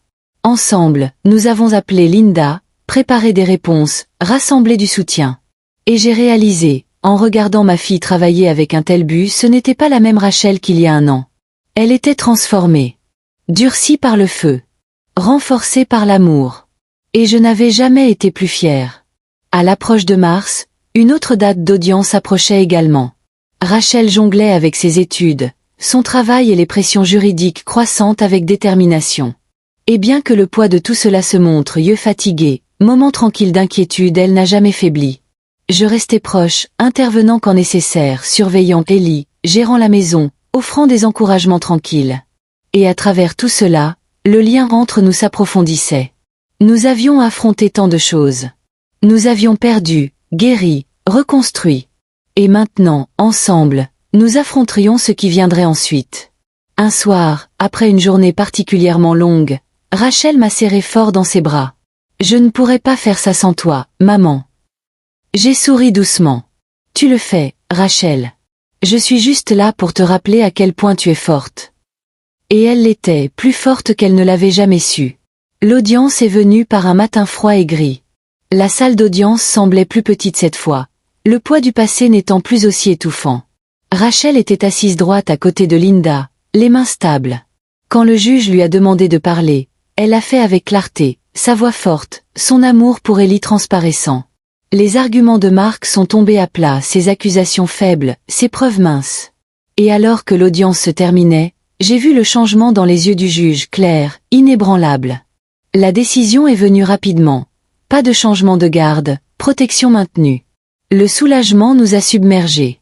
Rachel a exhalé un souffle tremblant, les larmes montant à ses yeux. « C'est fini » a-t-elle murmuré. « Enfin, fini. » Je l'ai prise dans mes bras. « Oui, ma chérie. C'est fini. Et tu as fait ça. Tu t'es battue pour ton fils. Tu t'es battue pour toi-même. Et tu as gagné. » Cette nuit-là, de retour à la maison, nous avons célébré non pas avec grande fanfare, mais avec quelque chose de plus doux, la paix. Ellie dansait autour du salon, son rire résonnant brillamment. Rachel et moi partagions des sourires tranquilles autour de tasses de thé. La tempête était passée. La bataille était terminée. Et à sa place, une vie avait été reconstruite, plus forte, plus lumineuse, liée par l'amour. En regardant ma fille et mon petit-fils, la joie remplissant la maison, j'ai su cette vérité au plus profond de mon cœur. L'amour avait triomphé. Et quoi que la vie nous apporte ensuite, nous l'affronterions ensemble. Toujours. L'hiver s'est installé profondément cette année-là, enveloppant tout dans un doux silence. La neige saupoudrait les toits et s'accumulait dans les coins des rues, étouffant le bruit du monde extérieur. À l'intérieur de la nouvelle maison de Rachel, la chaleur s'épanouissait, à la fois du bourdonnement régulier du chauffage et de quelque chose de plus profond, la paix pour laquelle nous nous étions tant battus. Les jours semblaient calmes maintenant. Stables. Ellie descendait les escaliers en courant chaque matin, les joues rougies d'excitation pour l'école. Rachel équilibrait travail, études et maternité avec une grâce qui ne cessait jamais de m'étonner. Et je restais toujours présente, une main stable, une oreille attentive, une grand-mère qui en était venue à chérir les moments simples et ordinaires plus que tout. Pour la première fois depuis longtemps, la vie ne consistait pas à survivre à une crise. Il s'agissait de vivre, de guérir, d'aimer. Pourtant, sous le calme, il restait une conscience, une connaissance tranquille que la vie pouvait encore changer de façon inattendue. Un froid après-midi de janvier, alors que j'aidais Rachel à préparer le dîner, elle m'a regardé, les yeux ombragés de pensée. Maman, a-t-elle commencé doucement, j'ai pensé, à Marc. Ah, ce qui se passe s'il n'abandonne pas. Mon cœur s'est serré. Il ne gagnera pas, ma chérie. Tu as construit une belle vie ici. Et la loi est de ton côté. Elle a hoché la tête, mais sa voix restait tendue. Je sais. Mais une partie de moi se demande. Ce qui est le mieux pour Ellie? Si Marc se bat à nouveau, si cela s'éternise, est-ce que cela lui fera plus de mal? J'ai pris sa main. La meilleure chose pour Ellie est de voir sa mère rester forte. De savoir qu'il est aimé. En sécurité. Et peu importe ce que Marc fait, tu lui as déjà donné cela. Nous l'avons tous les deux. Ses yeux brillaient de larmes non versées, mais elle a hoché la tête. Tu as raison. Je ne veux pas qu'il grandisse dans une tempête. Moi non plus.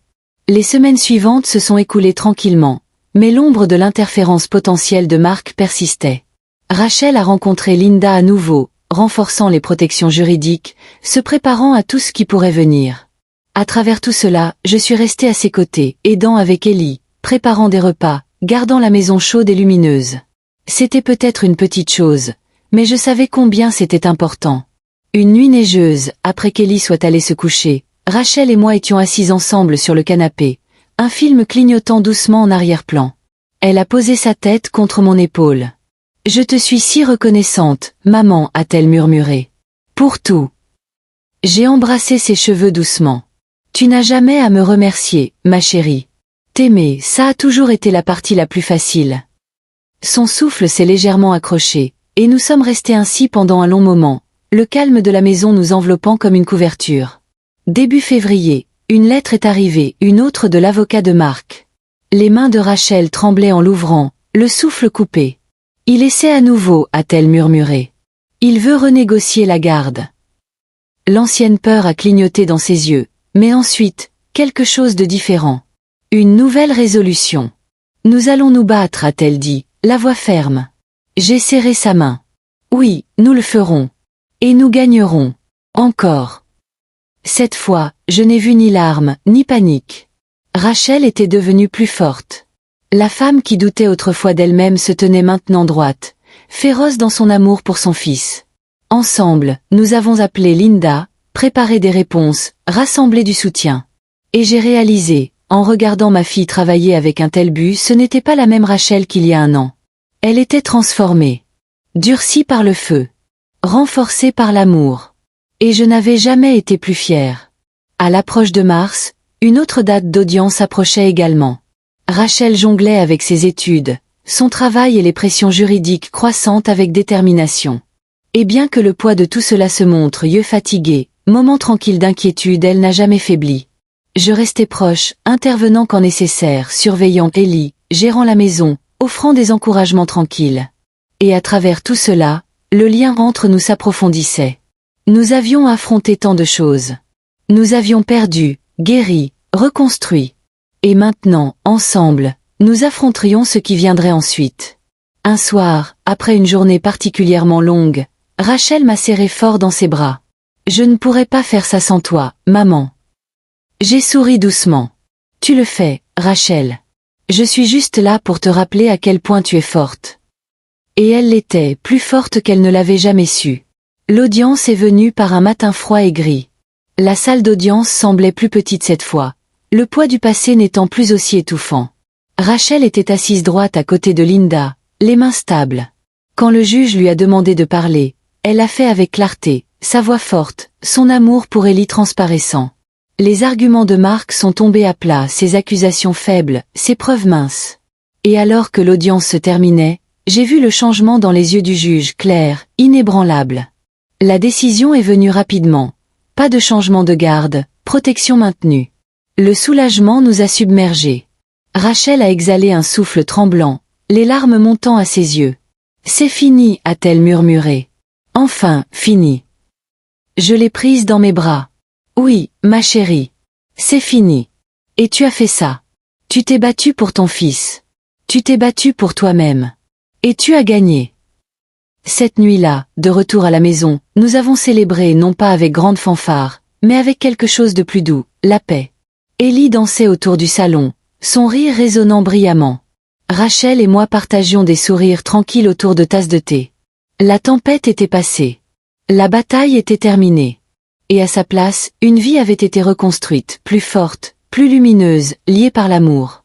En regardant ma fille et mon petit-fils, la joie remplissant la maison, j'ai su cette vérité au plus profond de mon cœur, l'amour avait triomphé.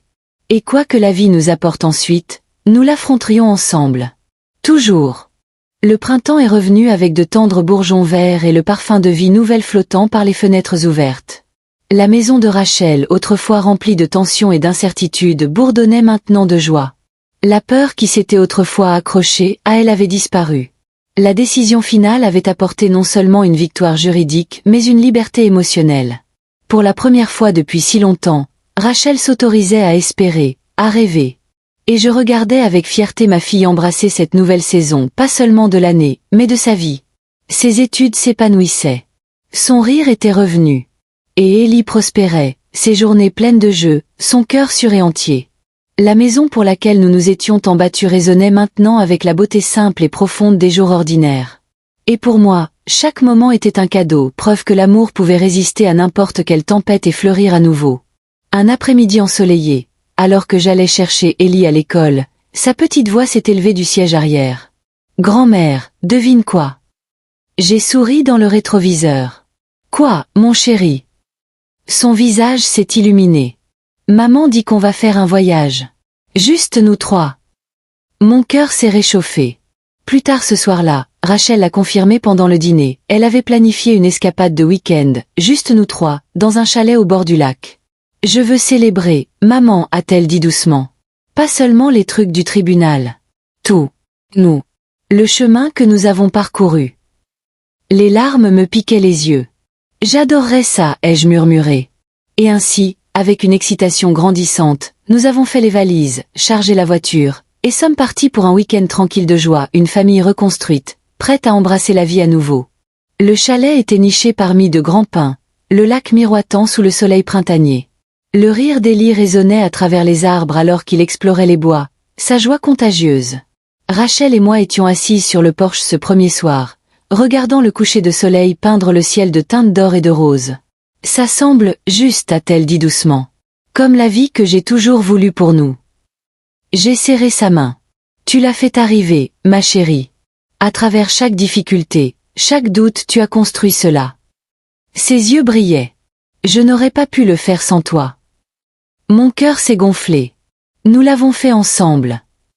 Et dans ce moment tranquille, sous le ciel infini, j'ai ressenti une paix que je n'avais pas connue depuis des années. Nous avions voyagé à travers l'obscurité, à travers la douleur, et sommes sortis dans la lumière. Ensemble. Le week-end a été rempli de petites joies, pique-niques au bord de l'eau, randonnées à travers des sentiers tachetés de soleil, histoires partagées près du feu. Le rire d'Ellie tissait à travers tout cela, une mélodie d'innocence et d'amour. Une nuit, alors que nous étions assises sous une canopée d'étoiles, Rachel s'est tournée vers moi. « Tu sais, maman, j'ai pensé à tout écrire. Notre histoire. Pour Ellie. Pour qu'il sache. Pas les parties laides, mais l'amour. La force. Les larmes me sont montées aux yeux. C'est une belle idée, Rachel. Il devrait savoir à quel point tu t'es battue pour lui. Combien tu l'aimes. Elle a souri doucement. Et combien tu nous as aimés tous les deux. Même quand je ne le méritais pas. J'ai pris sa main. L'amour ne se mérite pas, ma chérie. Il se donne. Et il ne t'a jamais quitté. Et dans cette vérité, nous étions assises liées par un amour plus fort que tous les mots. Quand nous sommes rentrés à la maison, la vie s'est installée à nouveau mais avec une nouvelle aisance, une légèreté dans l'air. Les cours de Rachel avançaient vers leur fin. Ellie se préparait pour son premier camp d'été. Et à travers tout cela, nous sommes restés proches, partageant des repas, des moments tranquilles, les joies simples de la vie quotidienne. Le passé ne nous hantait plus. Il nous avait façonnés, oui, mais il ne nous définissait plus. Et alors que les jours devenaient plus chauds, je m'émerveillais de la transformation chez ma fille. La femme qui avait autrefois dit que j'étais mieux morte était maintenant quelqu'un à qui je faisais entièrement confiance, quelqu'un que j'admirais. Elle avait affronté sa propre obscurité, ses propres doutes, et en était sortie plus forte, plus lumineuse. Et le lien entre nous, forgé dans le feu, était incassable. Un après-midi, alors que nous plantions des fleurs dans le jardin, Rachel a levé les yeux du sol. « Tu sais, maman, je pense que je me pardonne enfin. » Je me suis arrêtée, le cœur plein. « Pourquoi, ma chérie ?» Sa voix était douce. « Pour les choses que j'ai dites. Pour t'avoir repoussé. Pour toutes ces années perdues. » J'ai tendu la main, repoussant doucement ses cheveux. Il n'y a rien à pardonner. Nous avions toutes deux nos blessures. Ce qui compte, c'est que nous soyons ici maintenant. Et l'amour rend toute chose nouvelle. Des larmes brillaient dans ses yeux. « Je t'aime, maman. Tellement. » Je l'ai attirée dans une étreinte. « Et je t'aime, ma chérie. Toujours. » Et alors que nous étions agenouillés là parmi les fleurs, les mains dans la terre, les cœurs pleins d'espoir, j'ai su nous n'avions pas seulement survécu. Nous avions guéri. L'été s'étendait devant nous, plein de promesses. Il y aurait encore des défis, bien sûr. La vie n'était jamais simple. Mais maintenant, nous affrontions tout ensemble, mère, fille, petit-fils liés par un amour qui avait résisté à chaque épreuve. Et alors que je regardais Rachel et Ellie rire sous le soleil d'été, j'ai murmuré une prière silencieuse de gratitude. Pour les secondes chances. Pour la guérison. Pour l'amour qui nous avait ramenés à la maison. L'été s'est déroulé, long et lumineux. Les jours semblaient plus pleins maintenant, comme si la vie elle-même s'était gonflée pour correspondre à la chaleur du soleil. Rachel approchait de la fin de ses cours, un jalon qu'elle n'avait pas osé rêver seulement un an auparavant.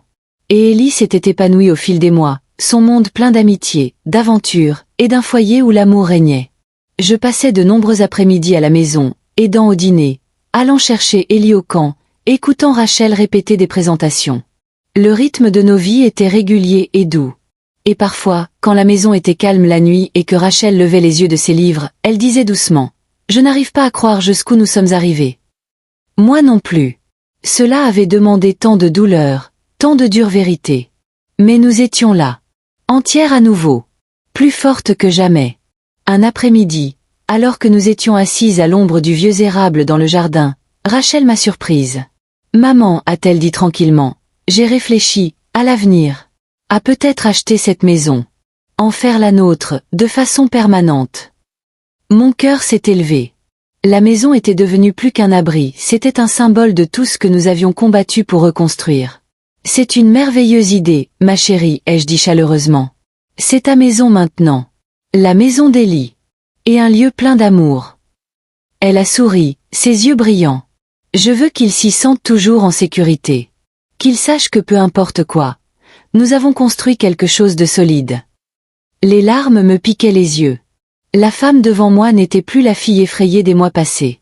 Elle était une mère, une pourvoyeuse, une femme qui avait repris sa vie en main. Et je n'avais jamais été plus fière. Les jours sont passés dans un heureux flou, événements scolaires, pique-nique de week-end, après-midi à la piscine. La vie avait trouvé son rythme, et avec chaque semaine qui passait, la confiance de Rachel ne faisait que croître.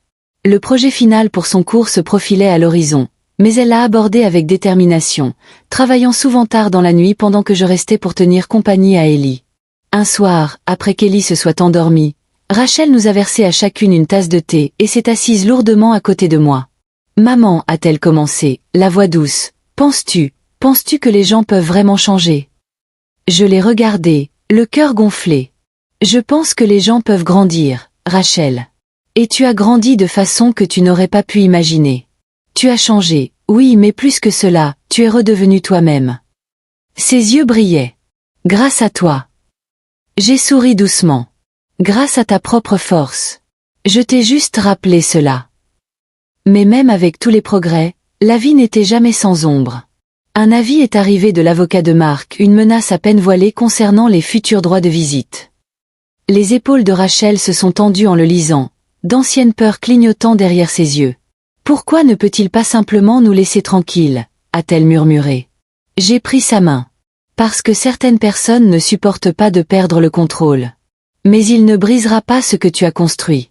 Ce que nous avons construit. » Nous avons appelé Linda, renforcé les protections juridiques, nous sommes tenus prêtes pour ce qui pourrait venir ensuite. Et à travers tout cela, Rachel est restée ferme. Elle ne s'effondrait plus au premier signe de conflit. Elle y faisait face directement, avec l'amour féroce d'une mère qui connaissait sa valeur. Et en la regardant, j'ai ressenti à nouveau ce profond gonflement de fierté. Elle était allée si loin. L'audience n'est jamais venue. Peut-être Marc avait-il réalisé la futilité d'un autre combat. Peut-être était-il simplement devenu las. Quelle que soit la raison, la menace s'est estompée aussi rapidement qu'elle était venue. Et la vie a repris son doux rythme. Les feuilles ont commencé à tourner, l'air vif avec la promesse de l'automne. Et un jour ensoleillé de septembre, Rachel a reçu ses notes finales, première de sa classe. Nous avons célébré avec des rires et une petite fête dans le jardin, Ellie courant à travers les feuilles tombées, la joie résonnant dans l'air. Rachel se tenait sous le vieil érable, diplôme en main, larmes sur les joues. « Je n'ai jamais pensé que j'y arriverais, maman, a-t-elle murmuré. Je l'ai serré fort. J'ai toujours su que tu y arriverais. » Et sous les feuilles qui tournaient, sous le vaste ciel d'automne, nous savions toutes deux ce n'était pas seulement une fin. C'était un commencement. Dans les semaines qui ont suivi, Rachel a commencé à chercher de nouvelles opportunités, des emplois qui utiliseraient ses compétences durement acquises, lui permettraient de construire une vie encore meilleure pour Ellie. Et à travers tout cela, je suis restée proche, aidant avec Ellie, s'occupant de la maison, offrant des encouragements tranquilles. Un après-midi, alors que nous marchions dans le parc, elle a glissé son bras sous le mien. « Maman, j'espère que tu sais, je ne te prendrai plus jamais pour acquise. Je n'oublierai jamais ce que tu as fait pour nous. » Les larmes me piquaient les yeux. « Et j'espère que tu sais, ma chérie, qu'il n'y a rien que tu pourrais me demander que je ne ferai pas. Parce que c'est ça l'amour. » Elle a souri doucement. « Tu me l'as appris. Plus que quiconque ne l'aurait pu. » Et sous les feuilles dorées, avec ma fille à mes côtés, j'ai su cet amour nous porterait à travers n'importe quoi. Les premiers vents frais d'octobre ont balayé, annonçant le changement. Et alors que Rachel se préparait pour sa nouvelle carrière, Kelly commençait une nouvelle classe avec de l'excitation dans les yeux, je m'émerveillais de jusqu'où nous étions arrivés. La douleur du passé ne nous hantait plus. Elle nous avait façonnés, oui, mais elle ne nous définissait plus. Nous avions choisi l'amour. Choisi le pardon. Nous nous étions choisis l'une l'autre. Et dans ce choix, nous avions trouvé la guérison. Nous avions trouvé l'espoir. Et en regardant ma fille et mon petit-fils traverser leur journée avec joie et but, je savais avec certitude, quoi que la vie apporte ensuite, nous l'affronterions comme nous l'avions toujours fait, ensemble. En famille. Par amour. L'automne s'est approfondi, peignant le monde dans de brillantes nuances de rouge et d'or. L'air était vif, portant l'odeur des feuilles tombées et de la fumée de bois. Et dans la maison de Rachel, la vie avait trouvé un nouveau et beau rythme. Elle avait accepté un nouvel emploi, son premier pas dans une carrière dont elle avait longtemps rêvé. Ellie s'épanouissait à l'école, son rire remplissant la maison de lumière. Et je restais une présence constante, toujours aidant, toujours aimant, toujours reconnaissante pour chaque moment que nous partagions. Parfois, quand la maison était calme, je m'asseyais sur le porche et réfléchissais à tout ce que nous avions traversé. Les chagrins. Les batailles. Les mots autrefois prononcés qui auraient pu nous détruire. Et pourtant nous étions là, entières, guéries, plus fortes que jamais. Le voyage avait été long, mais l'amour nous avait portés. Et pour cela, j'étais infiniment reconnaissante. Un soir frais, Rachel m'a surprise avec une invitation. Viens avec nous à la soirée familiale de l'école, a-t-elle dit. Ellie aimerait que tu sois là. Mon cœur s'est gonflé. Je me souvenais d'un temps pas si lointain où une telle invitation aurait été impensable.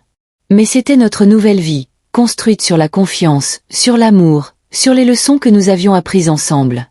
Cette nuit-là, alors que nous marchions dans les couloirs animés de l'école, Ellie tenant ma main, j'ai ressenti un sentiment écrasant de joie. D'autres parents souriaient, les enseignants nous saluaient chaleureusement.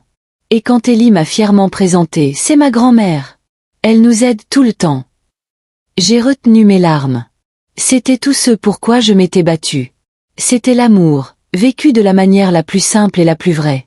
Plus tard, de retour à la maison, Rachel m'a prise à part. Ses yeux étaient lumineux, sa voix pleine d'émotions tranquilles. « Maman, je veux que tu saches quelque chose. Je sais que je t'ai blessée. Je sais que ces mots, ce jour terrible, ils ne peuvent pas être effacés. Mais tu m'as donné plus que le pardon. Tu m'as donné une seconde chance. Et je ne prendrai jamais cela pour acquis. » Les larmes ont rempli mes yeux. J'ai pris ses mains dans les miennes. « Ma chérie, l'amour ne tient pas de compte. Ce qui compte, c'est qui nous sommes maintenant. Et maintenant, nous sommes plus fortes que jamais. » Elle m'a serré fort. « Je t'aime, maman. Et je t'aime, ma chérie. Toujours. » Le passé n'était plus une blessure entre nous. C'était une histoire de survie, de rédemption, d'amour. L'hiver s'est à nouveau insinué, la neige couvrant les rues d'un doux blanc. Les fêtes approchaient, et pour la première fois depuis des années, elles étaient remplies de joie sincère. Nous avons fait des biscuits, décoré la maison, emballé des cadeaux avec des rires. Il n'y avait pas de tension, pas d'ombre.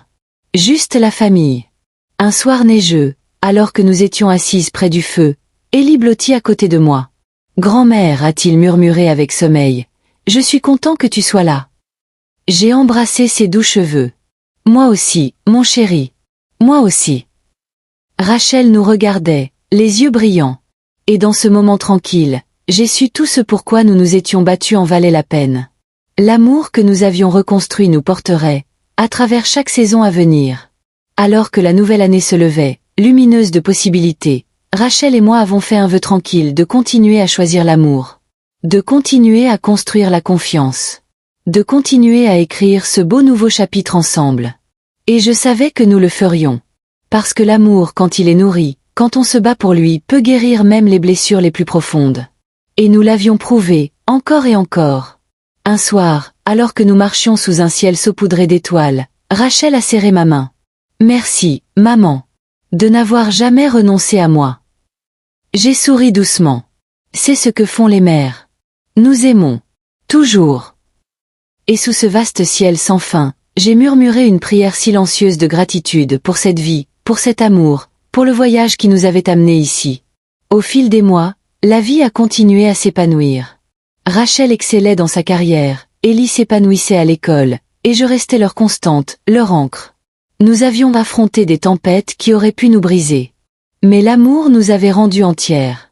Et chaque jour, en regardant ma fille et mon petit-fils évoluer dans le monde avec force et joie, je connaissais cette vérité avec certitude. Peu importe ce que la vie apporte, nous l'affronterons ensemble. En famille. Par amour.